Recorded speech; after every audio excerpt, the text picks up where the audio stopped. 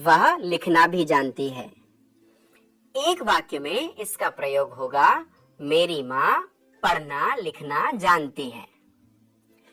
अब इस कहानी को जब हमने पढ़ा तो इस कहानी को पढ़ने के बाद कुछ प्रश्न हमारे सामने आए, जैसे कि हर्ष और कनक छोटे होने पर भी समुद्र की लहरों में कैसे तैर पाते थे।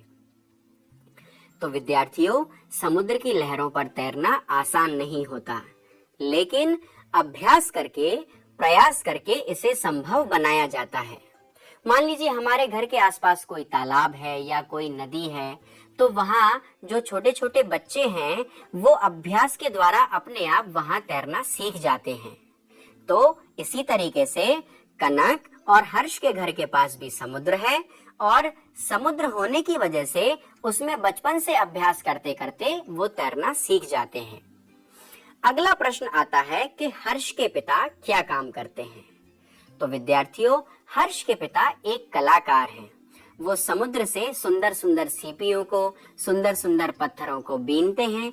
बीनने के बाद उससे बहुत सुंदर सुंदर खिलौने बनाते हैं और उन खिलौनों को फिर पास के बड़े नगर में जाके बेचते हैं और इस तरह से वो अपने परिवार का पालन पोषण करते हैं। विद्यार्थियों, अगला प्रश्न आता है कि कनक छोटे छोटे शंखों की मालाएं बनाकर क्यों बेचती थी।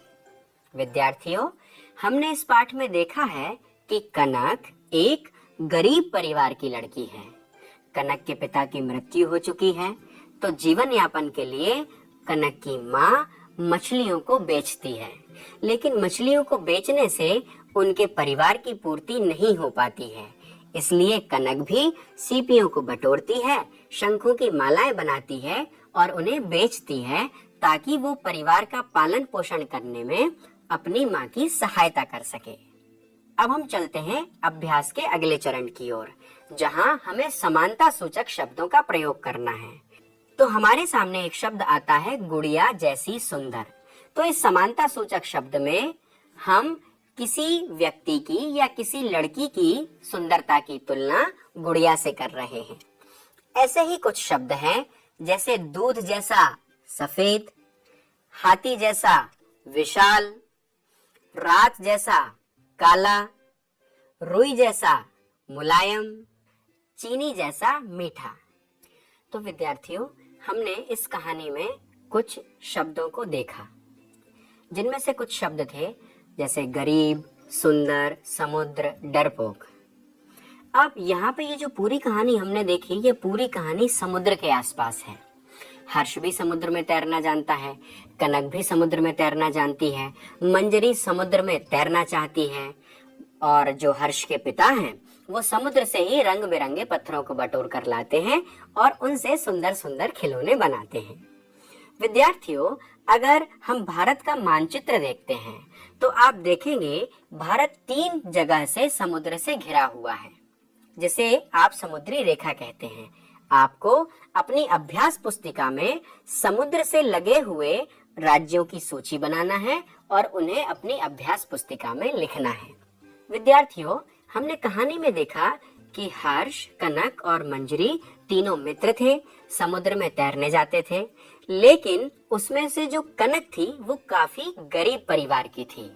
उसकी माँ अपने परिवार का पालन पोषण करने के लिए मछलियां बेचा करती थी और कनक भी सीपियों की माला बनाकर अपनी माँ का हाथ बटाया करती थी। लेकिन असल जीवन में गरीब कौन होता है? गरीब की परिभाषा क्या है? बच्चों, गरीब वो होता है जो सक्षम होने के बाद भी दूसरों की मदद नहीं करता, जिसके अंदर साहस का अभाव होता है, जिसके अंदर साहस की कमी होती है, वो गरीब होता है। तो इस अध्याय से हमने ये समझा कि जब मंजरी डूबने वाली थी, तब कनक ने एक अद्भुत साहस का परिचय देते हुए उस लहर के बीच में और चट्टान के बीच में वो कूदी और वहां से उसने मंजरी को बचा लिया। उसने इस साहस का परिचय दिया और उसके अंदर दूसरों की सहायता करने का भाव भी था। तो इस तरीके से जो कनक थी वो वास्तव में अमीर थी और जो दूसरों की सहायता नहीं करते हैं वो गरीब कहलाते हैं। तो विद्यार्थियों, ये बहुत प्रेरणादायी कहानी, जिससे हमें बहुत सारी चीजें को सीखने मिली कि हमें अगर कभी अपने परिवार में कोई सहयोग करना पड़े तो वो हमें करना चाहिए, जैसे कि कनक अपने परिवार का पालन पोषण करने में अपनी माँ की सहायता करती थी। अगर कभी हमें दूसरों की बुरे समय में या विपत्ति के समय में सहायता करनी पड़े तो हमें वो सहायता करनी चाहिए। और तीसरी चीज जो मंजरी ने हमें बताया कि वास्तविक सुंदरता कनक के अंदर थी, तो उसने सबसे सुंदर लड़की का जो खिलौना था वो कनक को दिया, क्योंकि कनक उसकी असली हकदार थी। मतलब समाज में या हमारे जीवन में जो किसी चीज का सही हकदार होता है, हमें उसका सम्मान करना चाहिए और उसके जैसे बनने का प्रयास करना चाहिए। तो विद्यार्थियों, अब हम फिर मिलेंगे पुनः ऐसी ही एक रोचक और प्रेरणादायी कहानी के साथ। तब तक के लिए धन्यवाद। Welcome to the new sessions of Class 8 Social Science. In the upcoming series of lessons, we will be exploring the new book, Our Past 3. This book will help you understand the events of Indian history after the arrival of the British East India Company up to the independence of India. You will also study the events that happened after the independence of India. So, let us begin with the first chapter in this book, that is how, when and where. In today's lesson, we will be studying the importance of dates in history and how they are used in dividing Indian history into different periods.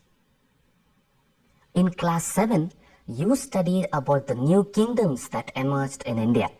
Some of them were the Palas, the Rashtrakutas, the Rajputs, the Vijayanagar and Bahamani kingdoms. You also studied about the Delhi Sultanate and the Mughal rule in India. In the end, you also studied about the decline of the Mughal Empire and the arrival of the British. In this book, we will study the events that happened after the coming of the British. Have you ever wondered why we need to study such events of the past? Why are dates attached to every event that happened in the past? Why do we divide history into different periods while studying them? Let us find out as we study this chapter. The major concepts of today's session are meaning of history and its significance, the importance of dates in history, dividing Indian history using these dates, James Mill's classification of Indian history, an alternative to James Mill's periodization, and the terms colonial and colonization. After studying today's lesson, you will be able to understand the significance of the subject history. You will be able to explain why dates are important in the study of history, and you will be able to analyze James Mill's classification of Indian history and suggest alternatives. Why do we study history? History is the past. It is something which has already happened. What do we get from studying something that has already happened? You might come across these questions very often. Let us understand the need to study history. Did you know the Greeks were the first to define history? The father of history is also from Greece, that is Herodotus. The word history comes from the Greek word historia, which means investigation or research. What is meant by investigation? A detailed inquiry into a particular subject is called investigation. This means that history is the investigation of the past. Therefore, we define history as the study of past events. The very next question that appears to our mind is what to investigate and why to investigate. History is not about remembering the dates of the past. It is about studying the changes that happen in due course of time. It is about finding out how things were in the past and how things have changed in the present. Suppose you want to know when did Indians begin to drink tea. How would you find out? To get the answer, you would have to study the history related to the making of tea. You would also need to study the events which brought tea to India. Only after having knowledge of this, you would be able to get a clear picture. Let us take another example. Suppose you visit the Taj Mahal monument in Agra. You will find a tourist guide who will explain to you about the monument. The tourist guide will also tell you the history of the monument. Knowing the history will help you get a clear understanding of the monument. This is the reason why history needs to be studied. In every aspect of life, you will come across things for which you will need to know the history of it. Let me give you one more reason why history needs to be studied. The problems of the present are deeply rooted in the past. In order to understand and solve these problems, it is necessary to know the history of those events. Let me explain with the help of an example. In classes 6 and 7 on social and political life, you study the concept of caste discrimination. If you were to solve it, how would you do it? Would you attempt to solve it without understanding why caste discrimination existed and how it was practiced? No, right? Here is a proverb that summarizes the need to study history in a single line. Those ignorant of history are doomed to repeat it. Now you have a clear idea about the importance of the study of history. A question may arise as to why are dates important in the study of history? History can be studied without the help of dates. If you think so, then you are wrong. Dates are very important in the study of history. A time period is attached to every event in the past. This time period defines the event. Let us consider an example. In class 7, you learned about the Mughal rule in India. You know that the Mughal Empire existed in the past. But precisely mentioning the years when they ruled helps you get a clear understanding of the Mughal rule. By associating the Mughal rule with its time period, you can compare this with other events that were happening somewhere else in the past at the same time. You can also compare the Mughal rule with other events in the past. Would you be able to do all this without the help of dates? Thus, dates act as pointers in history. They provide us with a starting point and an ending point to our study. But can you point out exactly on which day Indians began to drink coffee or started to grow indigo? Or can you point out exactly on which day the independence struggle began? Yes, it is hard. We cannot point out an exact date for events such as these. These events did not take place on a single day, but were developed through course of time. Thus, time does not have to be precisely stated in terms of a year or a month. Therefore, always remember, dates are important to the study of history. But they are not the only concept that needs to be studied. The events that happen are also equally important in the study of history. Now you have understood the importance of dates in the study of history. But there were so many events that happened in the past. How do you know which dates to keep and which dates to not keep in our study? The solution to this problem is classification. Dividing Indian history into different periods based on our convenience will help us classify history. This will help us focus on a single period at a time. The British divided their Indian rule into different periods. How would have they done it? They divided their rule in India based on the different governor generals and viceroys who came to India. These histories began with the rule of the first Governor General, Lord Warren Hastings, and ended with the last Viceroy, Lord Mountbatten. Lord Wellesley, Lord William Bentinck, Lord Dalhousie, Lord Canning, Lord Lawrence, Lord Lytton, Lord Ripon, Lord Curzon, Lord Hardinge, and Lord Irwin were the other Governor Generals and Viceroys to India. All the dates in this classification were linked to these personalities, their policies, their activities, and their achievements.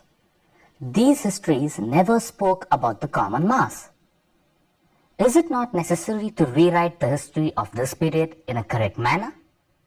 Yes, you will be studying this in the upcoming lesson. The British historians also tried to classify the entire Indian history into different periods for their convenience. Let us study this classification. The classification of Indian history was first attempted by James Mill in 1817. He was a Scottish economist who published the Indian history in 3 volumes in his book A History of British India. He divided Indian history into 3 periods, that is the Hindu period, the Muslim period and the British period. This classification was based on religious backgrounds. James Mill thought that in ancient India, most kingdoms followed Hinduism and thus named it as Hindu India. In the similar way, in medieval India, he thought that Islam was the dominant religion and thus named it as the Muslim period. But Mill did not attach any religion to the British rule in India. Why was this period not given any religious reference? Do you think such a classification is appropriate? If not, what problems do you find in this classification? James Mill wanted to showcase the Europeans as the only civilized people in the world. He believed that Asians were uncultured and uncivilized.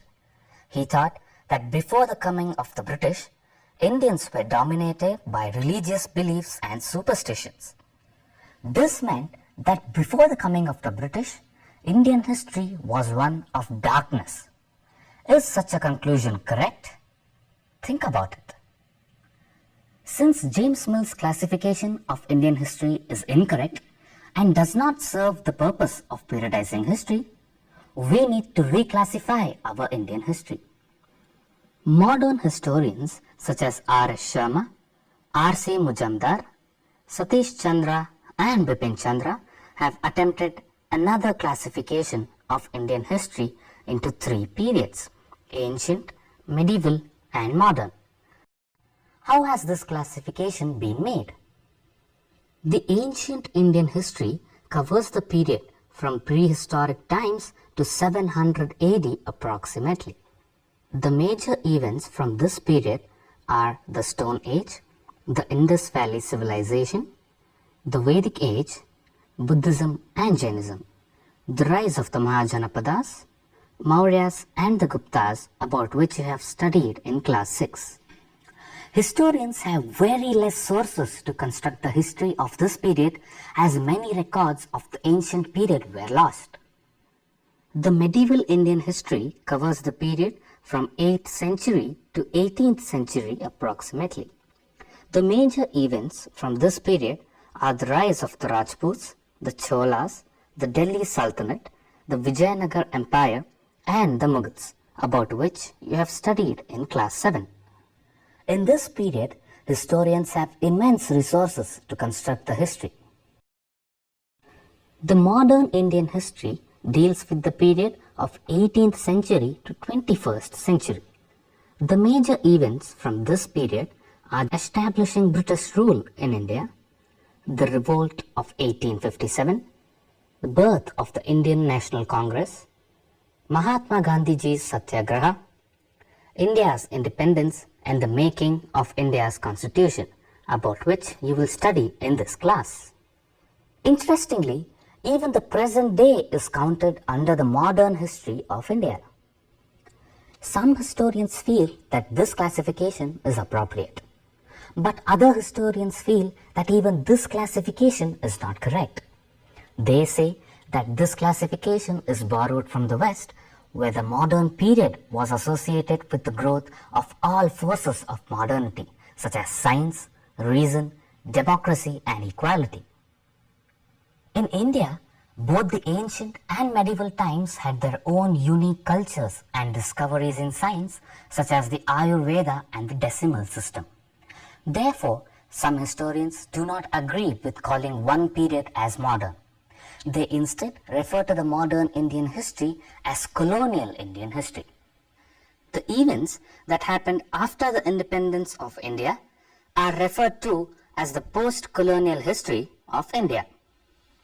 What do we mean by the term colonial? Let us find out. When the subjugation of one country by another country leads to political, economic, social and cultural changes, we refer to this process as colonization.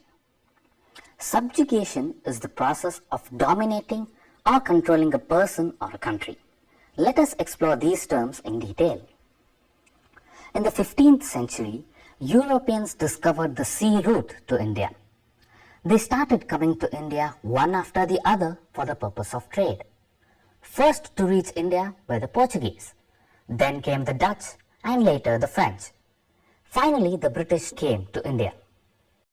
The British East India Company arrived for the purpose of trade. In due course of time, they started conquering the different kingdoms of India. With these conquests, they now started ruling the entire India. They established their own laws, customs and practices. They did not give equal rights to the local Indians. They also suppressed many movements that were launched against the British, such as the Revolt of 1857, about which you will learn in the coming chapters. Thus, India became a colony of the British, and historians refer to this period as the colonial history of India. The British colonized not just India, but many other parts of the world, such as Sri Lanka, Hong Kong, South Africa, West Indies, Australia and New Zealand. Now, look at this cartoon. What do you find? What is the octopus trying to do? Yes, it is stretching itself as far as it can. It is trying to dominate the entire region. This is exactly what the British did. Consider the octopus as the British trying to conquer different lands and dominate over them. Now you have understood the concept of colonization. Dear students, that brings us to the end of today's lesson. Let us summarize what we have learned in today's class. The word history comes from the Greek word historia, meaning investigation. The father of history is Herodotus. History is defined as the study of our pasts. History is about studying the changes that took place in course of time. Dates are very important in the study of history. But history should not be treated as remembering of dates. James Mill classified Indian history into Hindu, Muslim and British. He termed Indian history as a period of darkness. Modern historians classify Indian history into ancient, medieval and modern. Colonialism is the process of subjugating a country. The British colonized India and many other parts of the world. Let us 2. Discuss with your friends the need to study history. Discuss the other uses of history apart from the ones you have studied in this lesson. Activity. Find out the major countries that were colonized by the British. Mark them on a world map. Also find out the year when these countries became independent and submit it to your teacher. Dear students, in this lesson, we studied about the importance of dates and the classification of history. Have you ever wondered how we get to know about the things that happened in the past? Yes, we get to know from the things that were left over by the people. For example, we understand about the Indus Valley civilization from the things that were left over by the people. Similarly, we get to know about the other events from things such as manuscripts, coins, inscriptions and records. How did we come to know about the history of the colonial India? You will be studying this in the upcoming lesson. Hope you enjoyed today's session. Thank you.